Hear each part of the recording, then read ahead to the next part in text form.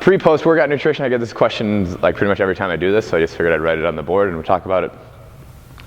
So unless you're a 5:30, 6 a.m., 6:30 a.m.er, all right, you probably have enough time to eat breakfast in the morning. 7 a.m. if you wake up late.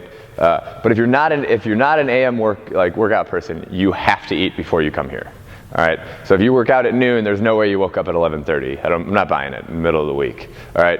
So you have to eat before you come here. All right. Different people tolerate different things. I had a buddy who couldn't eat. Like if he ate 90 minutes before he worked out, he would throw up every time, 100% without question. Didn't even matter what the workout was. It was incredible. All right. So obviously he can't work out. He can't eat 90 minutes beforehand. I try to eat 30 minutes before I work out.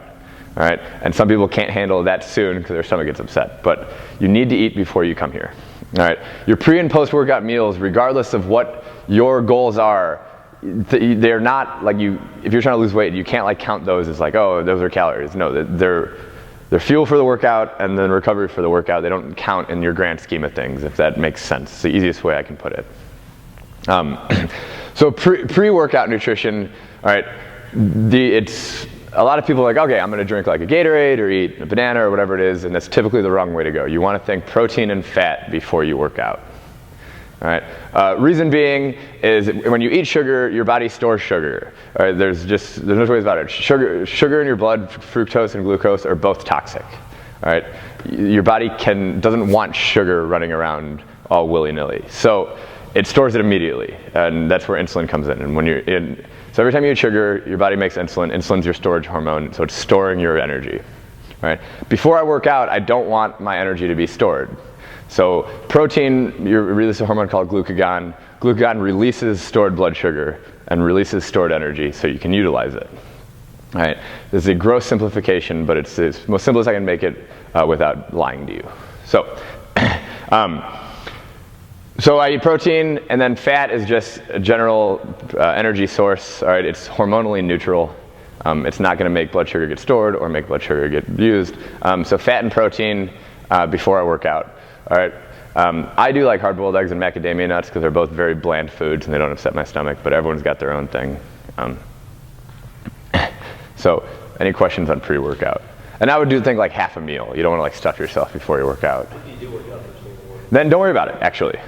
Yeah. Some people can handle it real easy. Like if you work out at 6 and you wake up at 5:30, and like you can eat the half hour beforehand. But don't stress your like before when you ate that night and kind of what your body does while you're sleeping. You'll be fine when you wake up. All right. And I used to always preach actually always eat. And there's actually some really good literature about not really having to eat before you work out first thing in the morning. When you're done though, you got to eat. Post-workout, we're talking about that window lasts legitimately 1 hour. The first 30 minutes is ideal. Like when you were done working out, you need to be eating if you want to utilize it the best you can. And I highly recommend you do. Utilizing that window will increase your insulin sensitivity, which if your goal is weight loss, that is your goal, to become more insulin sensitive. There is no other two ways about it. It has very little to do with trying to shed weight. You just want to become more insulin sensitive. If you can do that, you will lose weight by default. Post-workout? Yeah, absolutely. We'll get into exactly what to eat post-workout. So post-workout, I want to think carbohydrate and protein, all right? And more so on the carbohydrate fact. All right, now here's where you can really start tinkering with stuff and where that self-experimentation really can be helpful. All right, so depending on how hard you train, like Kyle, you'd be an excellent example for this. I do Kyle's programming. I know exactly how hard he trains, and I hammer him.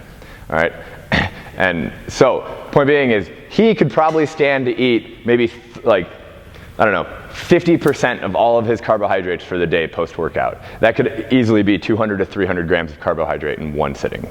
Right? Myself and Brendan could easily do the same thing based because we trained competitively. Right? Now that may not work for everyone. There may not be too much food to eat post-workout. I know some people can't handle eating food post-workout. That's where shakes can be very, very convenient, possibly not the best option. But again, that's where the self-experimentation comes in. Right? And we can talk about ways to kind of figure out what's the best. But I want protein and carbohydrates. The protein is not necessarily the important one.